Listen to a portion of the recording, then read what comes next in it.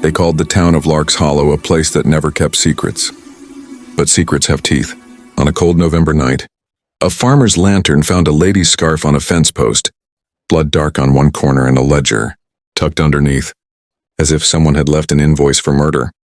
The ledger had no owner name, only columns, names, debts, payment due. The first line read, "Simply for taking what was not yours."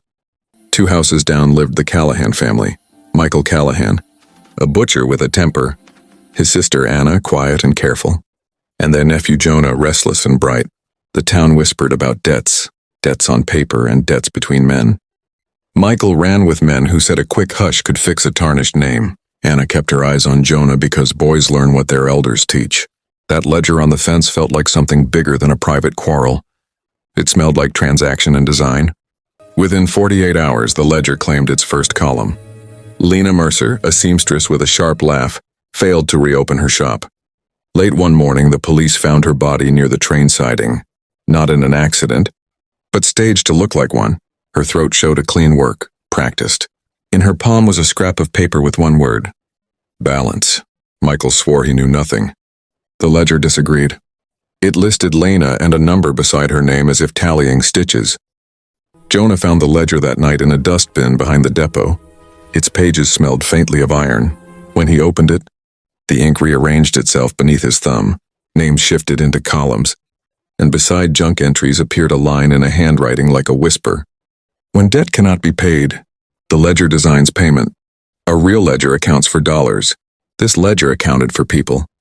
Jonah tucked it into his jacket and felt his heartbeat begin to count in 5-second beats. 1 beat for every undisclosed secret he knew. Ambrose Hale arrived in Lark's Hollow a week later. Clean coat, clean shoes, and a smile that did not reach his eyes. He said he was a tradesman of anomalies, someone who settled hard accounts. He met Michael in the butcher shop and inquired about Lena. "Some things suit themselves better dead," he told Michael with calm. "But ledgers prefer balance. You can pay what you owe, or the ledger will take what it wants."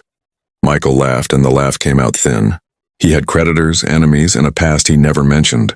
Perfect prey. The first trade was small, foolish, and clean, a favor for a favor. A petty thief caught stealing from the tavern was found the next morning gone, and a ledger entry read, "Tavern boy, voice lost." He staggered into town the day after his disappearance, alive but mute, eyes emptied like coin sockets. The ledger had begun its work. It did not bargain in partial measures. People noticed. Fear is contagious. Rumors' price climbed. Anna found Jonah crying over the ledger. He wanted it burned. She said a ledger burns only if it allows it. She remembered an old family story. Her mother once paid a price to preserve a name. "We can try to trade," Anna said, voice low. "We can bargain so others don't. Pay for what our men did." That night she walked to the willow by the siding, the ledger heavy in her coat and a small coin in her palm. There the ledger whispered a contract the way a judge whispers a verdict. Anna's coin turned cold in her fingers. The ledger's page filled with words as if written by a hidden pen. Exchange accepted, 1 life, 1 silence. Sign with the coin. Anna's hand hovered. She could keep the coin and watch more villagers die, or she could sign and buy a reprieve. But whose life would be chosen? She pressed her palm to the paper to stop the shaking, and the ink accepted. The print like a fingerprint. At dawn, the town awoke to a new silence. The blacksmith's wife had vanished from her bed, leaving a single shoe on the doorstep. The ledger's red line read simply, "Payment 1 taken, 1 bought." Jonah found Anna that morning with the coin gone and her eyes hollowed. The bargain pressed into the wood of her palm like a bruise. The ledger had accepted, but acceptance costs more than fear. Acceptance brings certainty that someone will be chosen next. By the next dawn, the town was quieter than ever. Not a dog barked, not a window creaked. Jonah woke to find footprints outside his door, small, bare, and leading nowhere. He followed them into the mist until they simply stopped, as if the earth had swallowed whoever walked there. The chill that ran through his spine wasn't from the cold. It was from the realization that the book had begun writing its own story. That evening, as Jonah read by the lamp, the ledger moved. The pages fluttered like a trapped bird. Then words began to appear in fresh black ink. Debt recorded. 1 taken. 1 remains. Jonah froze. His name wasn't written, but somehow he felt the sentence staring right at him. The wind outside carried a faint whisper, a woman's voice repeating the same words over and over. Anna ran to Jonah's house at midnight, her face pale, eyes wide. She said her dreams were bleeding into reality. She saw the missing woman standing near her bed, holding that same cursed ledger. "It's writing names," Anna whispered. "And tonight it wrote mine." Jonah didn't believe her, until he opened his book and saw her name already there. Desperation made fools of them all. Jonah and Anna went to Father Cullen, the only man who still believed the town could be saved by faith. The priest warned them, every curse demands a bargain, and every bargain has a price. But when he tried to burn the ledger, the flames died. The book refused to die, it only laughed in the crackle of the fire. The next day, Jonah woke up with a strange mark on his wrist, like an inked coin burned into his skin. The ledger's page now said payment pending. He tried washing it off, but the mark pulsed with every heartbeat. The more he scrubbed, the darker it grew. That night, the whispering voice returned, closer than before, murmuring his name from the corner of the room. As midnight struck, the door creaked open on its own. A tall figure stepped inside, draped in a coat of smoke and ash. The collector had come. He didn't speak, only pointed at the mark on Jonah's wrist. "A debt must be paid," the voice echoed, though his lips never moved. Jonah tried to scream, but the sound wouldn't leave his throat. The collector touched the ledger, and the ink started to flow backward, erasing words and replacing them with screams. Then the book slammed shut, and Jonah vanished. Only the ledger remained on the table, its cover warm, whispering faintly, balance restored. At dawn, the townsfolk found Jonah's house empty. The window was open, the floor covered with footprints made of soot. The ledger lay untouched on his desk, waiting. And in the silence, someone's voice whispered again, "Keep your books clean." The curse wasn't over, it had just found its next name. The night was colder than usual. A pale fog rolled across the empty streets of Hollow Creek. Detective Ryan stepped out of his car, holding the old leather file that had led him here, a file marked Hybrid Subject 909. He looked at the mansion standing before him, broken windows, flickering lights, and a name carved into the stone, the Claiborne Institute for Human Research. Inside, the air smelled like rust and chemicals. Old test tubes, broken restraints, and photos of human faces twisted in fear were scattered everywhere. But one photo made Ryan freeze.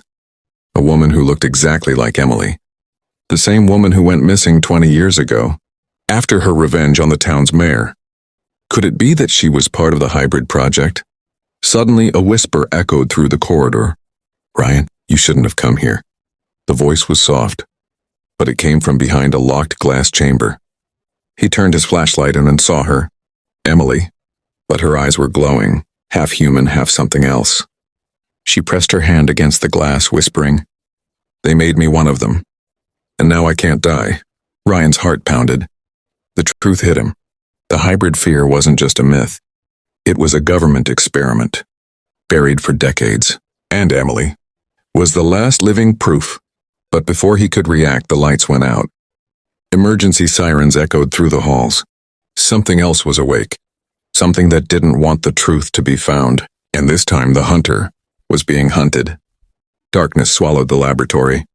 Ryan's flashlight flickered, cutting through clouds of dust and smoke.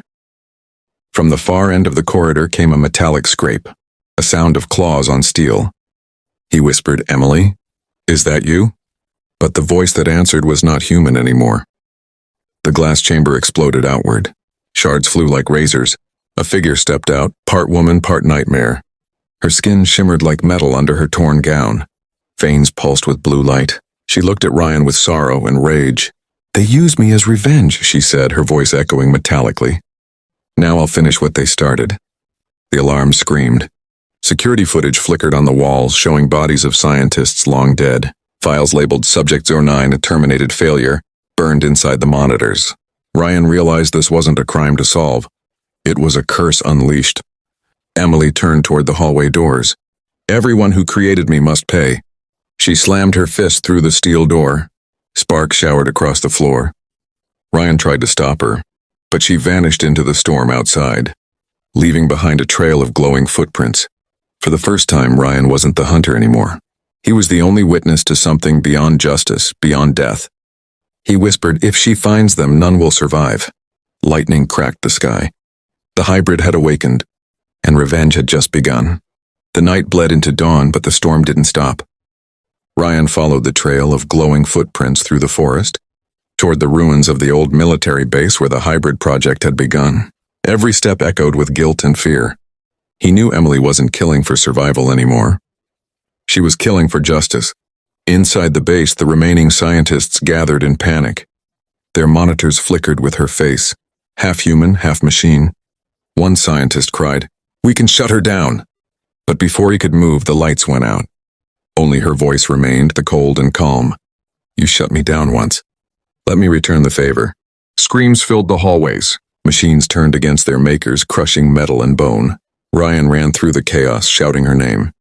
He found her standing in the control room, a storm of electricity around her, data and memories flashing in her eyes. "Emily, stop! You're not them!" Ryan pleaded. Her eyes flickered. For a second, the human side returned. Tears mixed with rain as she whispered, "They killed my mother, my life. I can't forgive." Ryan raised the letter, the same one she had once written as a child. "Your mother didn't want vengeance, Emily. She wanted peace." Silence. Then the hybrid turned toward the reactor core. "I can't be human again, Ryan, but I can end this." Before he could stop her, she stepped inside the core. Light engulfed the base, a final explosion that wiped away all traces of the experiment. When the light faded, the storm was gone. Ryan stood among ashes, holding the burned letter close to his chest. The media called it an accident, but Ryan knew the truth, and it was a choice.